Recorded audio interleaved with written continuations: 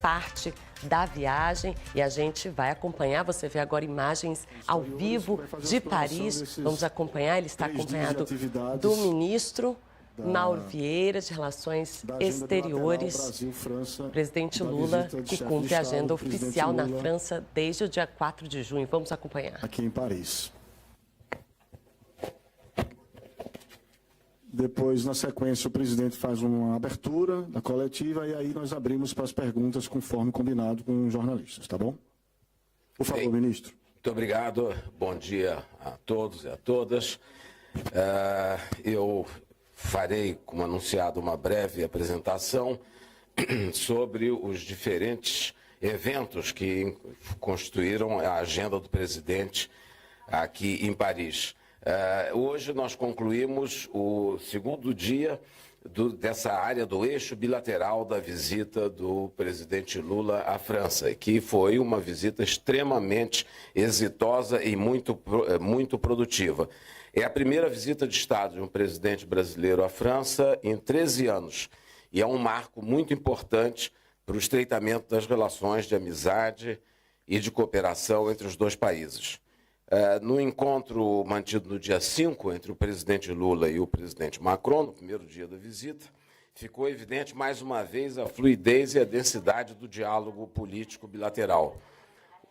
Os dois presidentes reafirmaram posições e valores compartilhados entre os dois países, como a defesa do direito internacional, a necessidade de valorizar e de atualizar as instituições multilaterais, em benefício da paz, do desenvolvimento e da prosperidade das nações.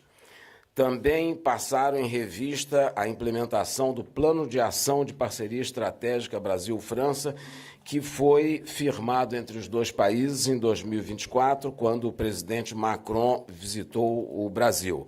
E o Plano de Ação reforça os compromissos fixados nos mais de 20 atos bilaterais assinados no contexto dessa presente visita. Nessa análise fica evidente que o relacionamento bilateral tem passado por um adensamento importante nos últimos anos, inclusive por meio do lançamento de inúmeras novas iniciativas nas áreas de ciência, tecnologia, inovação, meio ambiente, segurança alimentar, educação e saúde. O Brasil desenvolve com a França projetos importantes bilaterais em áreas de ponta, como o satélite geoestacionário de comunicações e o supercomputador Santos Dumont. Vale mencionar também o Centro Franco-Brasileiro de Biodiversidade Amazônica, que reativamos em 2024 e que nesse ano começa a financiar pesquisas conjuntas dos dois países.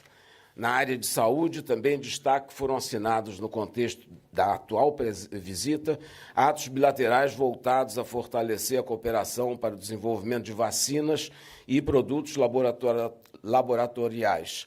A Fiocruz, nossa instituição de ponta nessa área, estabeleceu novas parcerias com as instituições francesas, incluindo o Instituto Pasteur. Cabe também destacar o programa Brasil-França de produção de helicópteros. Estamos discutindo com intensidade com o lado francês a possibilidade de aproveitar as instalações da fábrica da Helibras em Itajubá, em Minas Gerais, para a produção de helicópteros que poderão servir à área, às polícias estaduais, aos governos estaduais, poderão ser empregados pelas agências de saúde e também em defesa, com objetivos de defesa, controle do meio ambiente e a fábrica, as instalações de Itajubá poderão ser também utilizadas para futuras exportações para outros países da região que tenham interesse. No campo econômico, temos que registrar que participamos ontem de uma cerimônia importantíssima, que foi a certificação do Brasil como país livre da febre aftosa, sem vacinação. A certificação foi dada pela Organização Mundial de Saúde Animal, a OMSA, e também podemos destacar como muito importante a reunião mantida pelo presidente Lula com um grupo de 15 empresários franceses em diversas áreas que vieram manifestar o desejo de aprofundar as relações econômicas com o Brasil e anunciaram planos de inversão no Brasil de até 100 bilhões de reais até 2030, nos próximos 5 anos. Também é importante registrar que ontem foi realizada um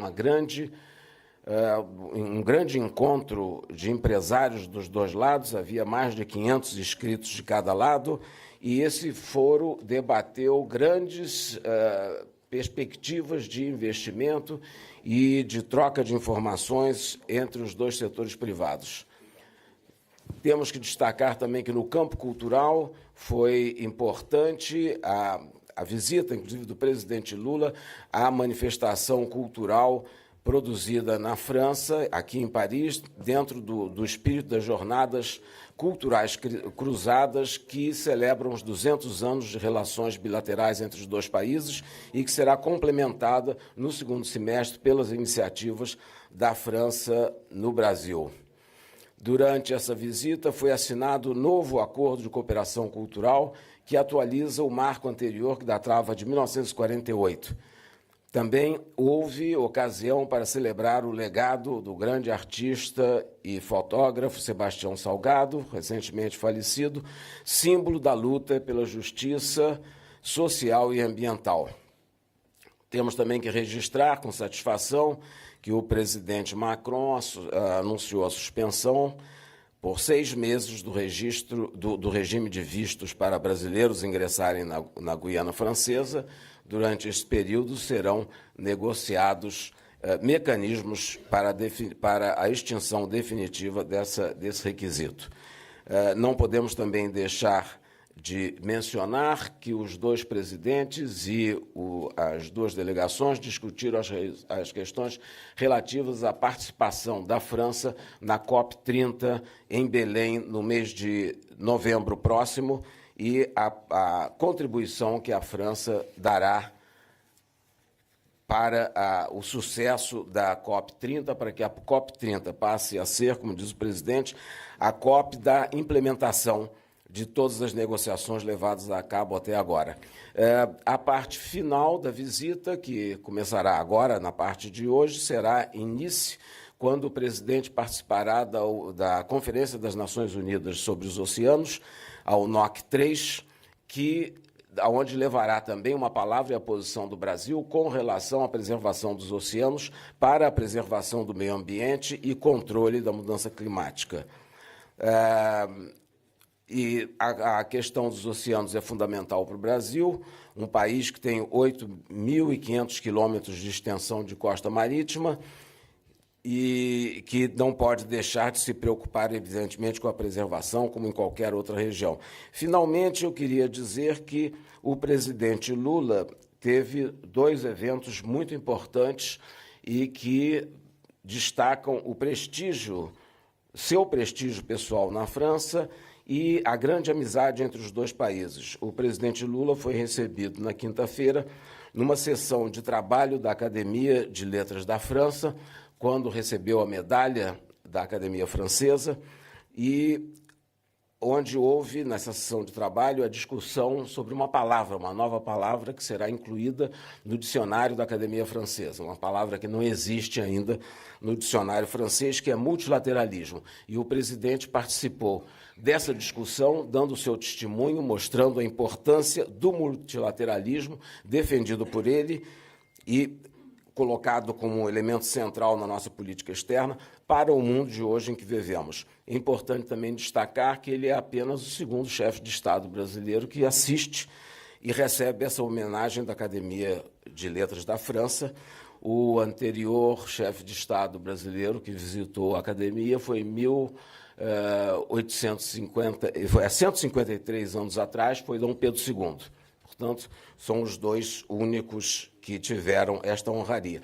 Também, no dia de ontem, o presidente recebeu um doutorado honoris causa da Universidade de Paris 8, que é uma universidade voltada para temas sociais, para a política e para a inclusão. É uma universidade que recebe estudantes estrangeiros de braços abertos e que já contou com a participação de vários importantes intelectuais brasileiros, desde Josué de Castro até o querido amigo de todos nós e trabalhou tantos anos com o presidente Lula, como o professor Marco Aurélio Garcia. São dois gestos de grande distinção que colocam o presidente em destaque na França pela dedicação e pelo empenho que tem no desenvolvimento das relações bilaterais dos dois países. Portanto, muito obrigado, presidente. Ninguém bate palma para o Mauro.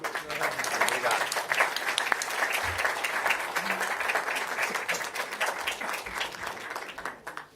Você sabe que palma e vaia, alguém tem que começar. Tem que ter o primeiro. Tem gente que tem vergonha. Então, eu sou o puxador de palma do Mauro Vieira. Obrigado, Mauro. Bem, primeiro, meu bom dia à imprensa brasileira, à imprensa francesa que está aqui, a outros jornalistas. Meu bom dia aos meus ministros, Mauro Vieira, Ricardo Lewandowski, Alexandre Silveira, Marina Silva, Márcio Elias Rosa, e o nosso querido embaixador Ricardo Neiva Tavares, a minha querida mulher e companheira Janja, ao senador Giordano, que está acompanhando a delegação, o outro senador já teve que ir embora, sabe? Também o deputado federal Niberg Faria, líder do PT na Câmara, o Pedro Campos, líder do PSB na Câmara, e o companheiro Túlio Gadelha, líder, sabe, também na Câmara. Bem, o almirante Marcos Sampaio Osso, que é o nosso comandante da Marinha, que veio firmar, sabe, as inovações no acordo Brasil-França na construção do submarino de propulsão nuclear, o nosso querido André Rodrigues, diretor da Polícia Federal, que junto com o ministro Lewandowski e eu, nós vamos a Toulon ter um encontro com a Interpol, que pela primeira vez tem um secretário-geral brasileiro e que a gente vai discutir um pouco como a gente pode trabalhar junto, Interpol, Brasil, através da nossa Polícia Federal, como combater o crime organizado, ser mais eficaz. A gente vai aprender um pouco mais e, quem sabe, ensinar um pouco mais, mas a verdade é que o crime organizado está cada vez mais se transformando numa indústria multinacional muito poderosa e que é preciso muita eficácia e muito trabalho conjunto de todas as polícias do mundo preocupadas com isso para que a gente possa combater. Também quero dizer aqui da minha alegria de estar aqui comigo, Jorge Viana, nosso querido presidente da Apex, que foi um dos promotores do encontro empresarial de ontem, que traz uma novidade muito interessante para nós. Ou seja, hoje é sábado, muitos de vocês poderiam estar descansando, uns poderiam estar andando de jet ski, outros poderiam estar, sabe, acampando em qualquer lugar, e nós estamos trabalhando, e vamos trabalhar amanhã, e vamos trabalhar segunda-feira, porque eu estou muito feliz com essa viagem. Eu lembro que no meu primeiro mandato, eu fiz uma viagem para o Oriente Médio. E naquela viagem, o companheiro Furlan, que era ministro de Indústria e Comércio, gastou $500 mil fazendo uma feira dos produtos brasileiros, sobretudo na área de calçados. E aquela feira rendeu $50 milhões naquela noite. E a crítica que eu recebi era porque tinha gasto $500 mil e ninguém falou que a gente tinha ganho $50 milhões. Nessa viagem aqui, de vez em quando as pessoas perguntam quanto que a gente está gastando para fazer essa viagem. Eu não sei quanto que eu estou gastando, porque eu não cuido disso, mas eu sei quanto que eu estou levando de volta para o Brasil. E nós estamos levando de volta para o Brasil o compromisso dos 15 maiores investidores franceses que já têm empresas no Brasil, de nos próximos 5 anos, investimento de $100 bilhões. Essa é a novidade. Se a gente somar os investimentos que nós conseguimos na China, se a gente somar os investimentos que nós conseguimos no Japão, nós vamos perceber que nós estamos fazendo aquilo que todo e qualquer presidente da República precisaria fazer no Brasil. Ou seja, o Brasil é um país grande, O Brasil é a 8ª economia do mundo, quando está no meu governo. Quando não está no meu governo, vai para a 12ª. Eu quero levar o Brasil à 6ª economia do mundo. Já tivemos lá em 2008. E eu acho que nós ainda temos coisas importantes para fazer.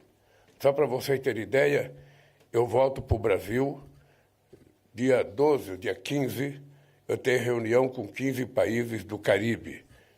E para discutir com eles, sabe, como defender o multilateralismo, como aumentar a relação com o Brasil, o que a gente pode construir de parceria. A semana passada fizemos uma reunião com mais de 40 ministros da agricultura da África para a gente tentar demonstrar o que a gente faz e como que a gente pode contribuir com a África, levando os nossos conhecimentos tecnológicos para lá, levando a nossa experiência, sobretudo a revolução que aconteceu no Cerrado, porque a savana africana parece muito com o Cerrado. Aí nós vamos ter dia 6 e 7 a reunião dos BRICS, no Brasil, no Rio de Janeiro. Depois, logo em seguida, vai acontecer uma coisa que vai entrar no Guinness Book. Tá? Pode colocar aí.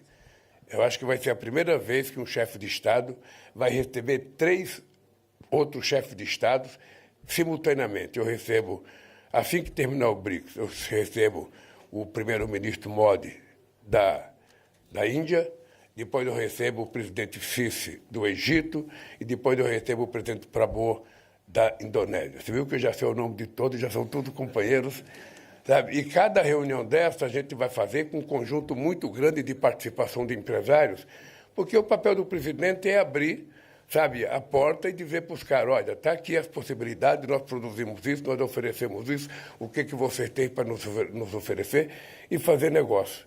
E foi isso que eu fiz aqui na França. Eu acho que o Brasil, de vez em quando, se comporta diante do continente europeu como se nós fôssemos colonizados ainda. Ou seja, nós partimos do pressuposto de que os países europeus são todos mais avançados do que nós, todos mais ricos do que nós, e que a nossa relação é sempre subserviente. E eu não acho que deva ser assim. Tem muitas coisas que o Brasil é superior a qualquer país do mundo. Eu vim aqui para dizer para o Macron, presidente Macron, é uma vergonha que um país do tamanho do Brasil, que é a 8ª economia do mundo, e um país do tamanho da França, que é a 5ª ou a 6ª economia do mundo, só tem um fluxo de balança comercial de 9 bilhões. Quando atingimos muitos, atingimos 10 bilhões. É muito pouco. É muito pouco. Nós já temos com o Vietnã agora, que é mais recente a nossa relação com o Vietnã, 13 bilhões de dólares de fluxo comercial. Sabe? Com um país como a Argentina, chegamos a ter 40 bilhões de dólares de fluxo comercial. Então é preciso que a gente aprenda, sabe, que um dos papéis do presidente da República é fazer com que as coisas aconteçam. Sabe, não é ele negociar, é ele criar condições para que os nossos empresários, os empresários dos países que a gente visita, possam se encontrar, se conhecer, trocar ideia, construir parceria, sabe, fazer as coisas acontecer. Então eu fiquei muito feliz porque 15 empresários franceses pediram uma reunião comigo, eu os atendi antes da plenária com os empresários e eles anunciaram um investimento de 100 bilhões de dólares no Brasil nos próximos 5 anos. Isso é muito relevante. É muito relevante para um país que precisa deixar de ser pequeno. O Brasil precisa deixar de ser pequeno. O Brasil precisa se colocar como um país grande. Os nossos embaixadores no mundo têm que pensar grande. A gente não é menor do que ninguém. A gente não é inferior a ninguém. A gente tem menos história que outros, mas bela coisa. Sabe, se nós não temos os monumentos que os países têm, nós temos história. Nós temos, sabe, o verde, temos a preservação ambiental, temos mais água doce preservada. Essas coisas é que valem na nossa relação. E ontem eu disse ao presidente Macron, abra o seu coração para o Brasil e vamos assinar esse acordo da União Europeia com o Mercosul.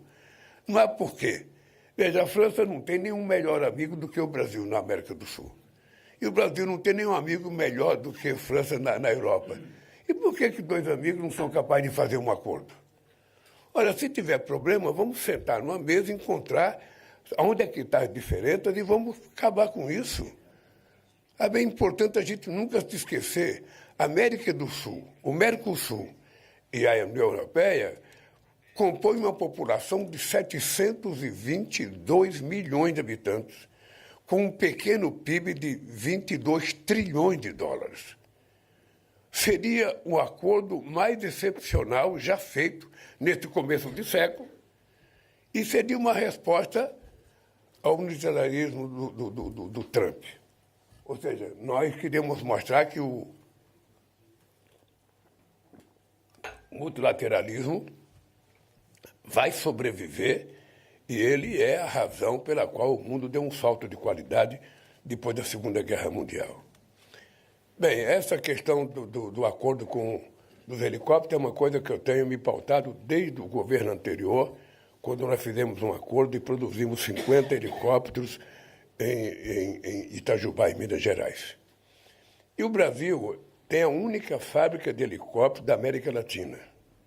Então, nós estamos interessados em fazer um acordo com a França para que a gente possa produzir helicópteros para atender às necessidades da segurança pública, às necessidades da saúde, às necessidades da defesa e às necessidades do meio ambiente. Ou seja, se você constrói um pacote grande, você pode ter na Helibras uma grande fábrica de construção de helicópteros no Brasil para atender aos interesses da América Latina, da África e, quem sabe, de outros países, como a gente faz com o KC-390 da Embraer, que hoje é vendido em quase todos os países do mundo. Então, apenas isso. O Brasil tem que se portar como um país grande que sabe o que quer. O Brasil acabou aquele tempo em que o presidente do Brasil viajava ao mundo e implorava, quem é embaixador aqui sabe o que eu estou falando, implorava uma reunião com o diretor do FMI e não era recebido. Não era recebido. Aliás, nem conseguia falar por telefone, falava com a secretária. Acabou, esse momento acabou. Vocês que são jornalistas sabem que hoje o Brasil é levado em conta. Porque eu aprendi uma coisa. O problema não é ter dinheiro, o problema não é ter diploma universitário, o problema é que na relação você tem que se respeitar. Vocês jornalistas sabem, se vocês não se respeitarem, ninguém respeita vocês. Na política é a mesma coisa. Eu gosto muito da França, gosto do presidente Macron, mas eu quero ser tratado de igualdade de condições. Não tem essa de que a França é a França e o Brasil é o Brasil. Não. Nós somos do sul global. Mudou a lógica. Sabe? E o Brasil é um país importante. Nós, brasileiros, precisamos descobrir essa importância do país. Nós não devemos nada a ninguém. Nós somos resultado ainda do atraso de uma elite conservadora que só foi construir a nossa primeira universidade em 1920. 400 anos depois de descoberto o Brasil. Enquanto outros países criaram em 1554, a Argentina já tinha feito a sua primeira reforma universitária em 1918. Então nós somos resultado desse atraso. E que nós precisamos trabalhar para tirar esse atraso e jogar o Brasil para frente, jogar o Brasil para cima, com muito orgulho. Com muito orgulho. Se no futebol a gente não está lá essas coisas, sabe, na política nós estamos melhor. As coisas estão acontecendo. A economia brasileira vai continuar crescendo, a massa salarial vai continuar crescendo, o PIB vai continuar crescendo, a distribuição de riqueza vai continuar crescendo. As coisas vão acontecer porque nós temos a obrigação de fazer as coisas acontecer. E aí está incluída a política internacional. Aí está incluindo a nossa responsabilidade. Eu, além desses encontros que eu vou ter, eu ainda quero este ano ir na ASEAN. Nunca o presidente do Brasil foi participar do encontro da ASEAN, pois agora eu quero ir. Uns 10 países da ASEAN para dizer o que o Brasil tem para vender. O que o Brasil quer negociar.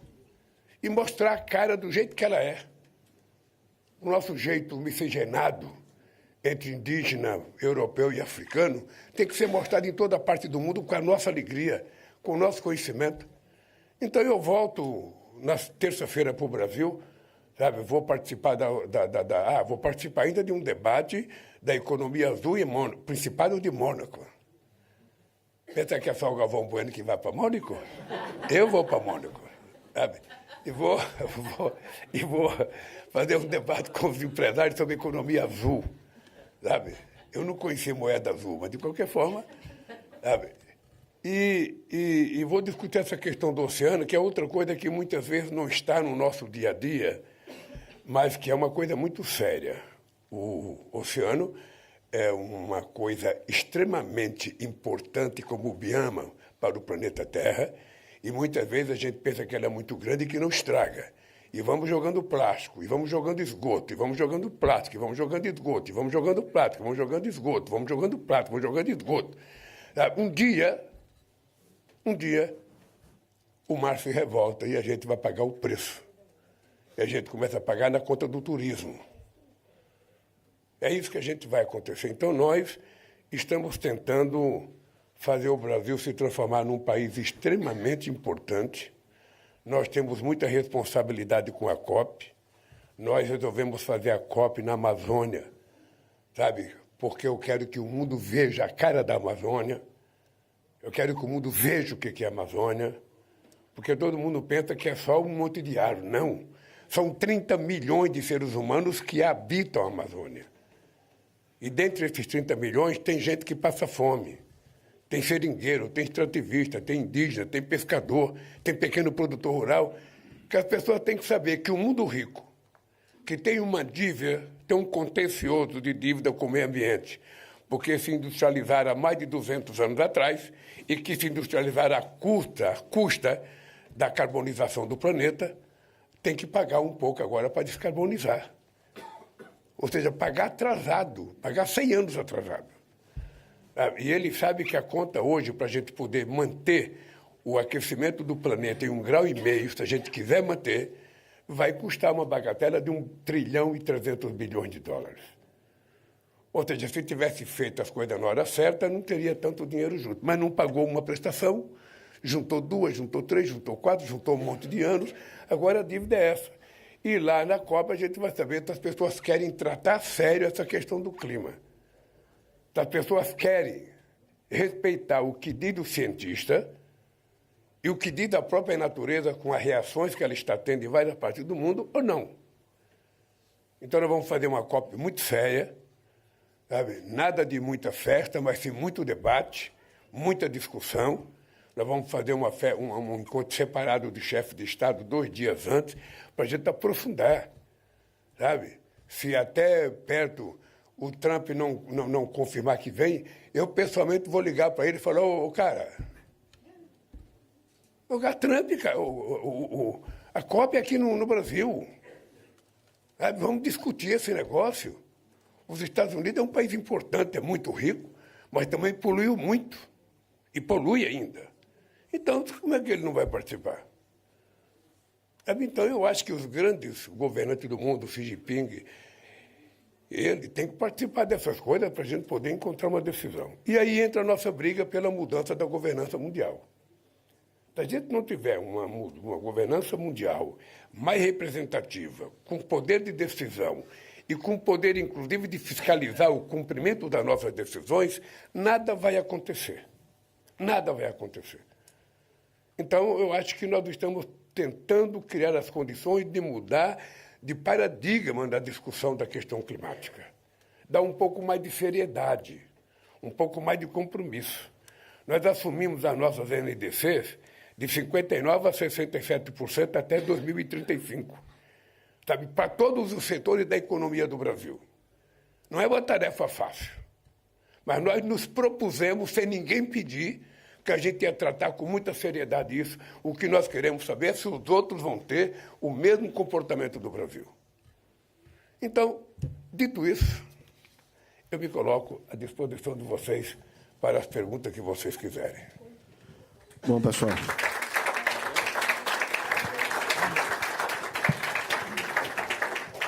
Vamos iniciar as perguntas, então, pelo Olivier Punjade, da Rádio France.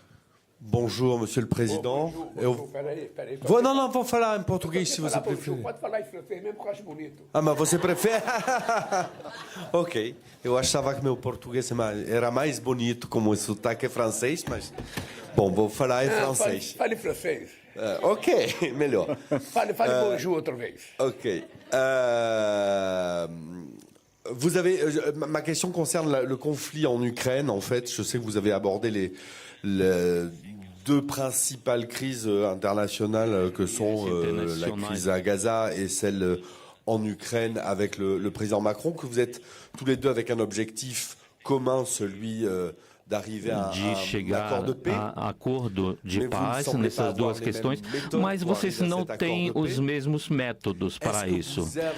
Eu queria saber se vocês encontraram uma saída com Macron sobre esses dois assuntos. Vocês falaram de alguma solução para colocar as duas partes para concordar e reunir numa mesa de negociações sobre a crise e falar com Putin. Eu queria saber se o Putin será convidado para os BRICS no Brasil ou não. Bem, o Putin é membro nato dos BRICS. Ele é um dos criadores dos BRICS. Ele pode participar ou não. Ele está condenado por um tribunal internacional. Ele sabe que ele corre risco. Mas a decisão é dele. Tá? Ele está convidado porque ele é membro nato. Ele é o criador dos BRICS junto com o Brasil, Rússia, sabe, e China.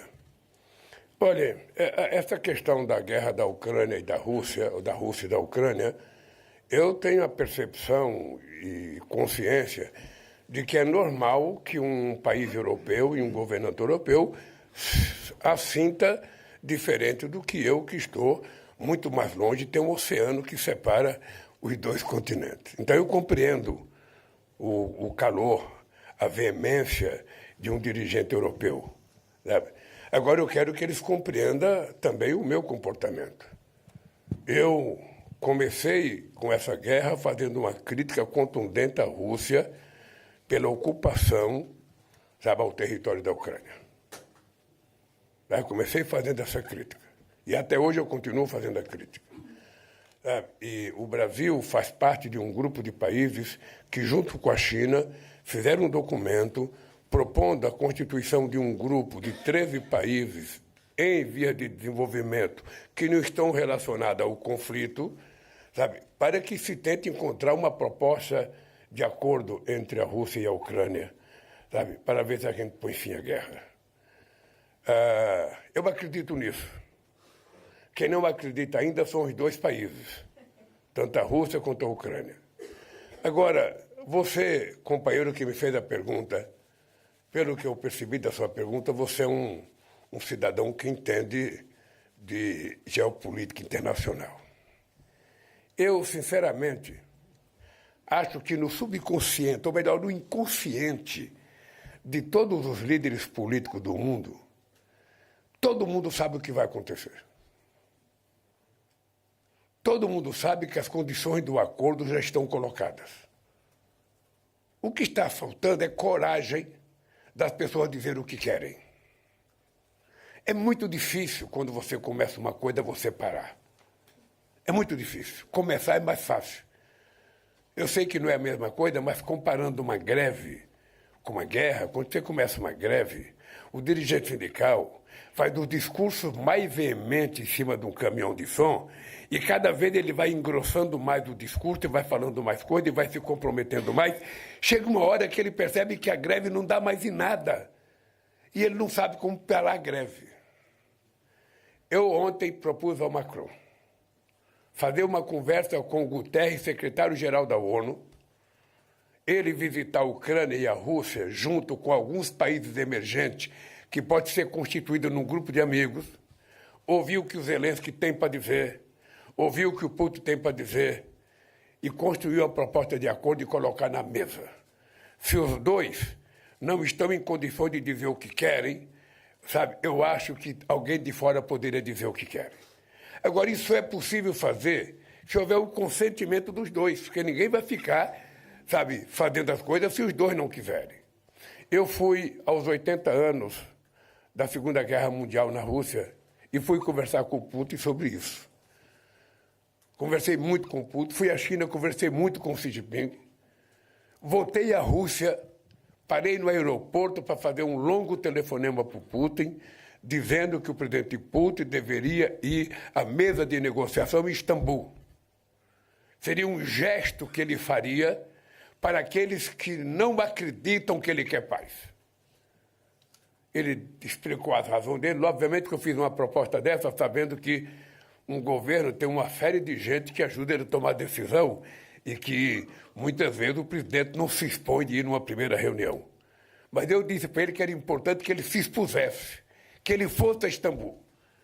Só está no público. Qual é a base do acordo? Bom, ele não foi. Então eu lamentei que ele não tenha ido. Se fosse eu naquela situação, eu teria ido. Então eu acho, companheiro, que está mais próximo de um acordo do que parece. Por enquanto, eu acho que os dois líderes têm dificuldade de explicar para o seu próprio povo os seus limites. Ninguém vai ter tudo o que quer. As pessoas vão ficar com aquilo que é possível de conquistar. A vida é assim, na nossa relação humana e na nossa relação política. Ela é assim. A gente nunca tem tudo o que a gente quer. A gente tem apenas aquilo que é possível. E eles já sabem o que é possível. Essa é a minha visão. Obviamente que eu estou muito distante, você está aqui mais perto, você ouve até barulho de bomba, eu não ouço. Sabe? Então, mas essa é a minha visão sobre esse confronto. Agora, tão grave quanto a Ucrânia é Gaza. Porque a guerra entre Rússia e a Ucrânia são dois exércitos formais brigando. Gaza não. Gaza é um exército altamente profissionalizado matando mulher e criança. Eu fico pasmo com o silêncio do mundo. Me parece que não existe mais humanismo nas pessoas. Ah, palestino pode morrer. Palestino pode morrer. Palestino não é ser inferior. Palestino é gente como nós. Ele tem o direito de ter o terreno dele. Foi demarcado em 1967 a área em que os palestinos poderiam construir seu país. E está sendo tomada a terra demarcada em 67. E a nossa briga por governança é isso. A ONU, que teve coragem de criar o Estado de Israel, não tem força para criar o Estado palestino. Ou seja, nós estamos vendo, sabe, estão dizimando uma nação. A pretexto do quê? Nós também criticamos o Hamas quando fez a invasão a Tel Aviv. Agora, o que ninguém responde é como é que a inteligência de Israel permitiu que alguém de Asa Delta invadisse Tel Aviv. Sinceramente, tem coisas que os meus anos de escolaridade não me permitem compreender. Então, eu fico pensando, quer ver, e tem outras guerras. Não sei se você sabe, hoje nós temos, é o período que tem mais conflito desde a Segunda Guerra Mundial. Tem conflitos em vários lugares. As pessoas se voltaram a brigar agora para tentar aumentar o terreno do seu país. Em vários lugares não tem sentido isso mais. Por isso é que nós estamos defendendo urgentemente mudar o Estatuto da ONU e fazer um Conselho de Segurança mais representativo, sabe, do atual mapa político do mundo, que esteja representado o continente africano, o continente latino-americano, que esteja ainda presente a Alemanha, o Japão, que esteja o Oriente Médio. Só a África tem 3 países com mais de 100 milhões de habitantes.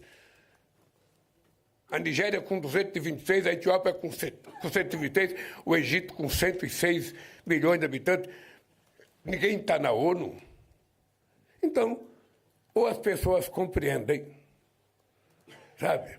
Eu poderia falar, como eu disse para o Trump, como eu disse para o Macron, abra o seu coração para o Brasil no acordo. Eu poderia dizer ao Xi Jinping, ao Putin, ao Trump, ao Macron e ao primeiro-ministro da Inglaterra, abra o seu coração no Conselho de Segurança e deixe outros países entrar para ver se a gente consegue mudar um pouco o mundo. É isso, querido. Vamos à segunda pergunta, Paola Diorti, da Rede Globo. Presidente, bom dia. Obrigada por fazer essa coletiva para falar conosco. Presidente, no final do primeiro dia da visita de Estado, depois que o senhor se encontrou com o presidente Macron, eu conversei com o presidente Macron e eu perguntei para ele sobre o acordo. Ele me disse que ele apresentou ao senhor uma modificação que se o Mercosul aceitasse essa modificação, ele iria assinar o acordo até o final do ano. Eu queria perguntar para o senhor o que o senhor achou dessa proposta de modificação, o que é exatamente essa modificação e se o senhor estaria disposto a aprovar dentro do Mercosul para que o acordo fosse assinado até o final do ano. Obrigada. Olha, na verdade, o presidente Macron não me apresentou uma proposta, ele apresentou uma tese, sabe, sobre a questão do acordo.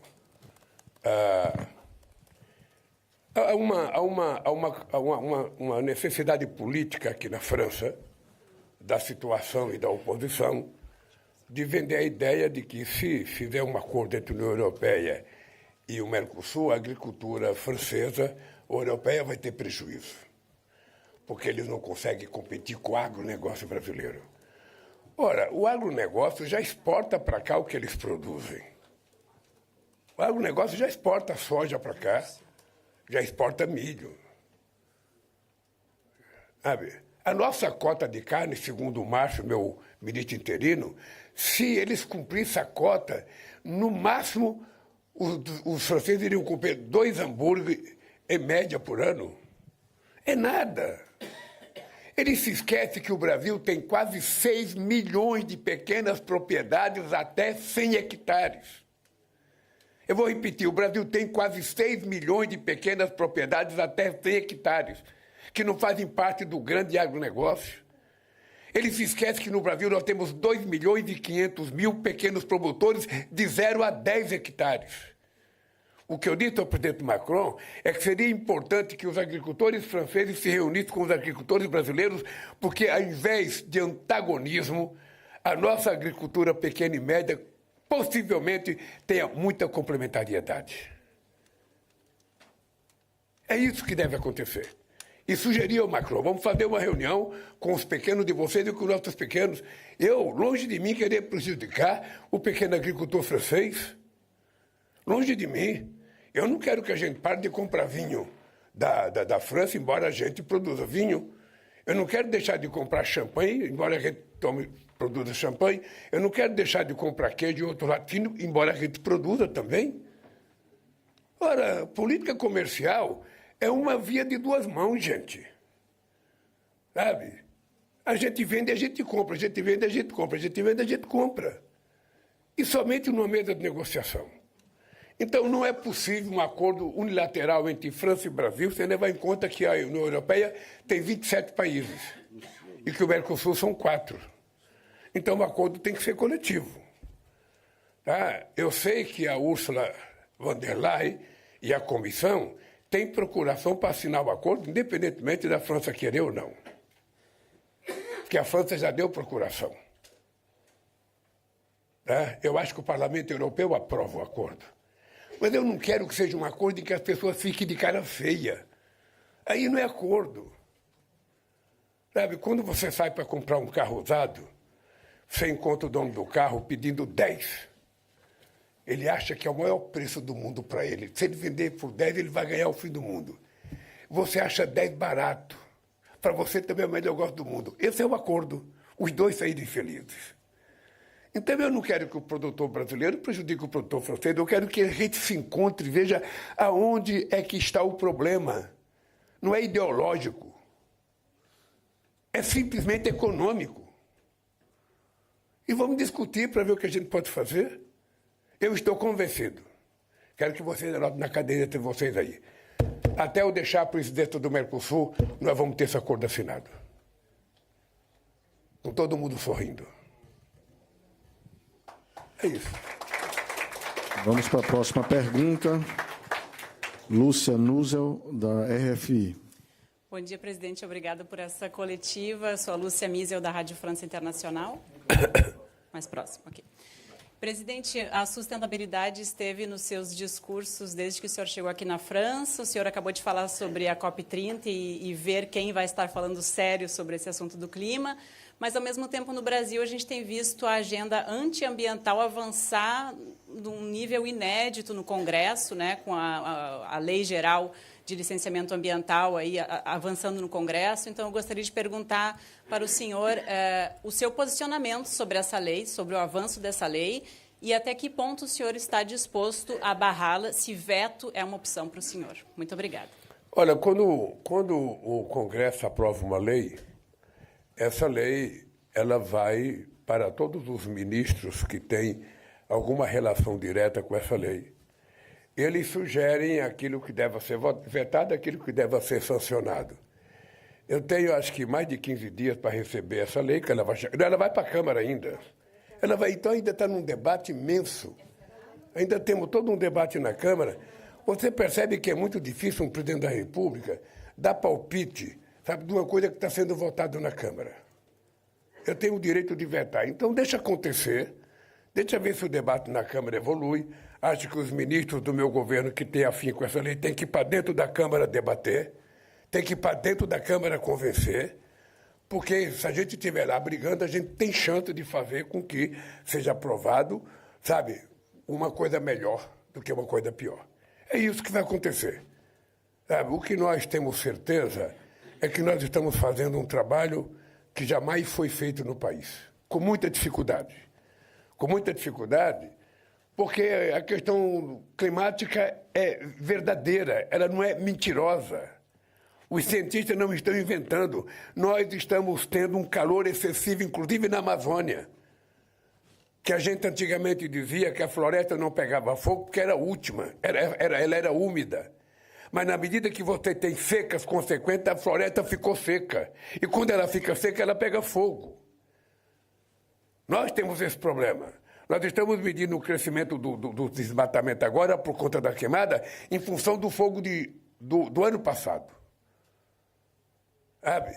E nós sabemos, é por isso que nós estamos colocando quase R$1 bilhão para o IBAMA, para que a gente possa aprimorar. Estamos aprimorando o nosso contato com os governadores do estado e com os nossos prefeitos, porque se eles não tiverem junto conosco nesse combate, a gente não vai conseguir vencer essa parada. Então nós precisamos da ajuda de Deus, que tem que chover um pouco mais. Sabe? Nós precisamos, sabe, da ajuda dos prefeitos que estão lá no território. É o prefeito primeiro que sente o cheiro da fumaça. É o prefeito que sabe na terra de quem está pegando fogo, se foi um fogo acidental ou foi um fogo provocado. Então, tudo isso, eu tenho a melhor ministra que eu poderia ter, que é a Marina, que cuida disso. Sabe? Não tem nem tempo para comer de tão magrinha que ela está. Mas é isso. Nós vamos, a COP 15 vai ser realizada. E uma coisa muito interessante é que o Brasil, nós não queremos esconder nada, absolutamente nada. Nós não somos daqueles que, quando um visitante vai visitar o Brasil, a gente tira os pobres da rua, para esconder que não tem pobre. Ou faz como alguns países que eu visito, que coloca uma cerca para a gente não ver os pobres. Não. Aqui as pessoas vão ver o que o Brasil é, do jeito que é e como é. Então, a COP será um novo paradigma para a questão ambiental. E vamos esperar que o Congresso faça o melhor possível. Como diz o jogador de futebol, espero que o Congresso dê o seu melhor para a política ambiental do Brasil. É isso. Vamos à próxima pergunta, Américo Martins, da CNN. Bom dia, presidente. Bom dia. Muito obrigado pela oportunidade, Américo, da CNN. Eu, às vezes, acho que você tem uma parceria com o Laércio. Porque esse cara é sorteado toda vez que eu venho. Eu vou contratar ele para jogar na loteria por mim. Podemos jogar junto, mas o senhor se lembra muito de mim porque eu cubro o senhor desde a campanha de 1994. Tem gente aqui que nem estava nascido nessa época, então, por isso. Mas muito obrigado, presidente, pela oportunidade. O senhor acabou de dizer que as pessoas já sabem o que vai acontecer na resolução do conflito entre Ucrânia e Rússia. O que o senhor acha que vai acontecer, em especial com relação à questão territorial? Obrigado. Eu sabia que você ia fazer essa pergunta, cara. Deixa eu lhe falar uma coisa. Eu tenho a convicção que todos os presidentes europeus, sobretudo os europeus, os Estados Unidos, o Putin e o Zelensky sabem o que está para acontecer. Eu não posso dizer, porque eu sou da América do Sul global, não vou dar um palpite, sabe, uma coisa tão séria. Mas eu também imagino o que vai acontecer. É só fazer cálculo. a gente vai perceber que a guerra está chegando a um fim, tem um limite. Sabe? Eu disse no início da conversa que eu queria que o Putin fosse na mesa de negociação. O Putin, para mim, disse o seguinte: olha, eu vou aceitar o cessar-fogo por 30 dias, mesmo sabendo que o Zelensky quer se armar. Eu vou aceitar. Se ele topar, começar a discutir o acordo com base na discussão que nós fizemos em março de 2022. Existia uma conversa na mesa. E que, segundo ele, quem atrapalhou foi o Boris Johnson, primeiro-ministro do Reino Unido. Eu não sei se é verdade ou não, ele me disse isso. Tá? O que eu acho é que já fazem 3 anos, eu acho que está na hora das pessoas perceberem que o que já se gastou com essa guerra, o que já se perdeu de vida, não será recuperado mais. Por isso que eu acredito e fiz essa sugestão. A ONU pode voltar a ser protagonista desse assunto. O Guterres é um homem bom. Ele pode convocar um grupo de amigos, ele propor um grupo de amigos ao Zelensky e ao Putin, que converse com os dois, ouça a verdade dos dois e depois construa uma alternativa. Que eu tenho certeza que você já sabe qual é também. Tenho certeza que você já sabe. Se não sabe, vai pensar daqui para frente que tem a solução. Tá? Então é assim que eu penso. Agora é duro as pessoas voltar atrás. É duro, você sabe que é duro você acreditar numa coisa e depois perceber que não é aquilo que vai acontecer, que você não vai conseguir tudo que você quer, que você vai conseguir um pedaço, outro vai conseguir. Mas a vida é assim. Então, eu estou torcendo por isso e eu sempre digo o seguinte: o Brasil estará à disposição do Zelensky, estará à disposição do Putin, estará à disposição de quem quer que seja para fazer parte de um grupo de pessoas que querem promover o acordo. É isso que a gente está disposto a fazer. Vamos à próxima. Tony Serdar, da France Presse. Bonjour, le président. Tony Serdar, agence France Presse. Ah, oui. Peraí. Ça va. Bonjour, le président. Bom dia, presidente. A minha pergunta é um pouco sobre o que foi dito pela minha colega. O presidente francês estava disposto a assinar o acordo antes do final do ano? E se a mudança que ele solicitou poderia ser incluída, em especial, cláusulas de salvaguarda e cláusulas espelho. Você está disposto, o senhor está disposto a alterar esse acordo para facilitar a assinatura dele? Muito obrigado. Olha, deixa eu te dizer uma coisa. O acordo, ele não é entre Brasil e França. É um acordo entre União Europeia e Mercosul, que envolve uma somatória de 31 países. Então, o companheiro Macron, se tem algum problema que ele acha que fere os pequenos produtores franceses, eu acho que o negociador do Macron na União Europeia deve fazer a proposta, porque ele se queixa do acordo firmado. O acordo firmado pelo governo passado, nem nós aceitávamos. É importante lembrar que o Macron se queixa de um acordo que foi feito pelo governo brasileiro anterior com a União Europeia. E quando nós tomamos posse, a gente não aceitou aquele acordo. E por isso nós fizemos mudança. E foi estranho, porque o Macron falou comigo do acordo feito no governo passado. Sabe? Nós vamos continuar conversando com a França. Porque a França é um bom parceiro político, é um bom parceiro econômico, é um bom parceiro cultural, é um bom parceiro linguístico, é um bom parceiro histórico. Eu agora, cara, sou cidadão parisiense e sou da Academia Francesa de Letras, cara, com a palavra. Quantos de vocês contribuíram com a palavra? Nenhum, eu contribuí com a palavra lá.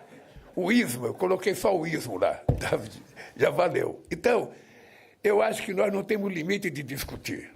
Nós vamos discutir. Eu estou convencido que vai ter acordo. Eu vou encontrar com o Macron na COP. E eu penso que até lá, quando ele estiver embaixo de uma árvore de 30 metros de altura, que ele perceber a beleza daquela floresta e falar, pô, eu vou fazer acordo com o Brasil. O Brasil precisa estar feliz para poder preservar tudo isso aqui. Eu vou fazer um acordo. E nós não queremos prejudicar o produtor francês. Nós não queremos prejudicar. Sabe? Não está na minha cabeça que a gente faça um acordo para matar o pequeno e médio produtor francês. O que eu quero é que os pequenos produtores franceses se juntem com os pequenos produtores brasileiros para a gente saber qual é a diferença. Qual é a similaridade que existe entre nós. Porque um acordo pode ser bom para os dois lados. Eu trabalho com essa ideia. Então, como eu sou muito amigo do Macron, aliás, eu tenho muita sorte aqui na França, porque eu fui muito amigo do Chirac, fui muito amigo do Sarkozy, fui muito amigo do Jospin, fui muito amigo do François Hollande e sou muito amigo do Macron. Vocês percebem que eu me dou bem com todo mundo? Eu sou um cara do bem. Então, aqui com a França, a gente não quer problema com a França. Sobretudo agora no ano cultural, com esse ano de políticas culturais cruzadas, aqui vai ser muito bom. Então é isso, companheiro. Tem só a última pergunta, presidente, e a gente encerra. O André Fontinelli, da Folha de São Paulo. Bom dia, presidente. Bom dia. No Brasil já começaram as articulações para as eleições do ano que vem. Existe, segundo o noticiário, um projeto da oposição para conquistar o Senado. Nessa conjuntura, o que o senhor acha que é o papel mais importante do ministro Fernando Haddad? No Ministério da Fazenda, ou como governador de São Paulo, ou senador por São Paulo? Obrigado. Você acha que eu seria louco de responder isso agora, aqui em Paris? Veja, eu fui oposição há muito tempo. Então, a oposição, ela nunca deixa de fazer campanha. Eu, quando perdi uma eleição, e perdi muitas, eu viajava o Brasil inteiro a partir de janeiro do ano seguinte para fazer a próxima campanha. A oposição está fazendo isso, é um direito dela. É um direito dela. Agora, a construção de candidaturas é muito cedo, pelo menos do meu lado. Eu tenho um compromisso com o povo brasileiro. Eu prometi ao povo brasileiro recuperar esse país. Eu prometi.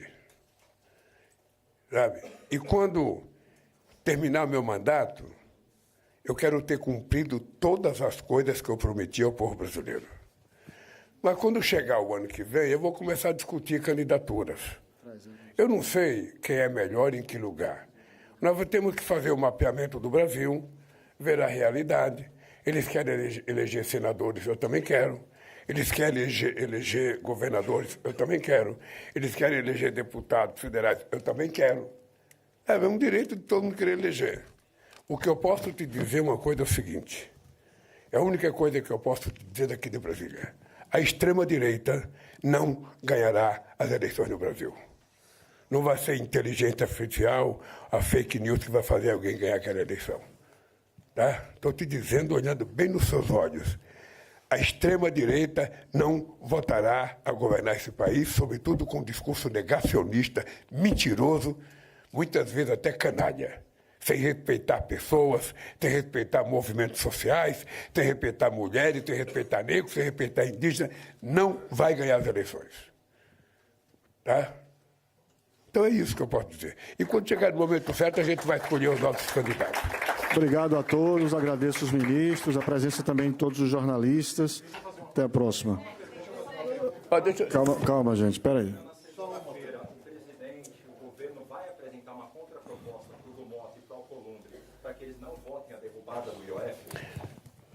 Votar o quê? IOF. Não, deixa ele falar, companheiro. A reunião foi feita na minha casa. A reunião foi feita sexta-feira à tarde na minha casa, uma belíssima reunião com o Hugo Mota, com o Alcolumbre, com o Haddad, com o Rui Costa, com o Galípolo. Ou seja, foi uma reunião, está tudo acertado. Tá? Então você pode ficar certo que vai acontecer exatamente aquilo que nós acertamos. Sem briga, sem conflito. Apenas fazendo aquilo que tem que ser feito. Conversar, encontrar uma solução e resolver. Só isso. Pode perguntar. Eu estou muito flexível hoje. Pode perguntar. Eu queria... Sérgio Uti, SBT. Eu só queria completar a pergunta do Américo sobre a Ucrânia. O argumento do governo brasileiro da necessidade de paz e de acabar a guerra é irrefutável. Ninguém discorda desse argumento na Ucrânia. A questão é a negociação e o que pode render essa negociação. O senhor não acredita que uma negociação que termine com a Rússia dominando parte de um território que não é dela, que o Brasil não reconhece como dela, isso não é um presente para o agressor, para o invasor? Isso não abre um precedente muito perigoso em termos geopolíticos? Olha, você está numa guerra. Uma guerra, nem sempre acontece aquilo que a gente quer. Eu vou lhe contar um pequeno exemplo. Eu fui procurado uma vez pelo presidente do Chile, esse que morreu agora, do helicóptero, o Pinheira, que me propôs conversar com Evo Morales, que ele tinha interesse de dar, sabe, uma autorização para que o Evo voltasse a utilizar um pedaço do mar da Bolívia. A única coisa que ele não queria era a palavra independência, sabe? O território continuava sendo chileno. Eu fui conversar com o Evo. O Evo ideologicamente disse, não podemos aceitar, o território é nosso, o território é nosso, o território é nosso, vamos aceitar. Eu falei, Evo, você perdeu aquilo numa guerra. Você acha que você faria uma guerra agora, você ganharia? Então é o seguinte, cara, se pode fazer um acordo para você explorar 100 anos, você pode renovar por mais 100 anos, depois por mais 100 anos. Você pode ficar 500 anos lá. A pergunta é o seguinte, o Putin vai sair da Crimeia? Vai sair? A pergunta que eu te faço. Olha, nem ele quer sair, nem o Zelensky quer perceber outra parte que ele já invadiu e que ainda não tomou definitivamente. Eu acho que o que está no acordo é o seguinte, como os dois têm dificuldade, era preciso que um colegiado, liderado pela ONU, fizesse a proposta de bom senso para os dois. É só isso que eu acho. O que vai ficar para cada um, eles sabem. Eu tenho certeza que o Zelensky sabe. Eu tenho certeza que o Putin sabe. Eu não sei. Aí, minha cara, aí não sou eu. Aí tem que sentar com os dois. O que eu estou propondo é que se crie uma comissão de países que não estão envolvidos na guerra para conversar com Zelensky e com Putin, porque toda vez que eu aprendi na minha vida, eu sei que não é a mesma coisa, mas toda vez que você manda uma pessoa fazer uma negociação e a negociação fica emperrada, porque os dois lados não combinam, você tem que trocar o negociador. Porque os negociadores, eles têm que chegar numa mesa antes, quando eu mando um ministro meu negociar qualquer coisa, eu falo, você vá para aquela reunião com disposição de aceitar ou não aceitar. Então agora você tem que mandar gente com a disposição de fazer um acordo. Não é nem 100% a posição do Zelensky, nem 100% a posição do Putin.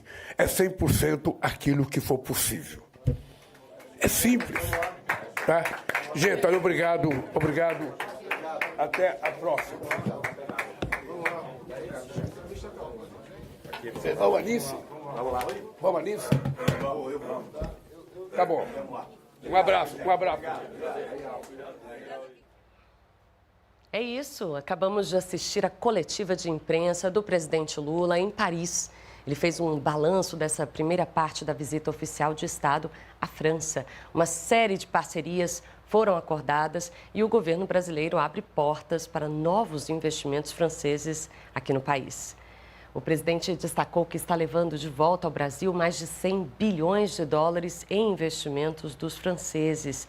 Lula voltou a falar do seu otimismo para finalizar o acordo Mercosul-União Europeia até o final deste ano e defendeu o multilateralismo que fez o mundo dar um salto de qualidade, reduzindo desigualdades.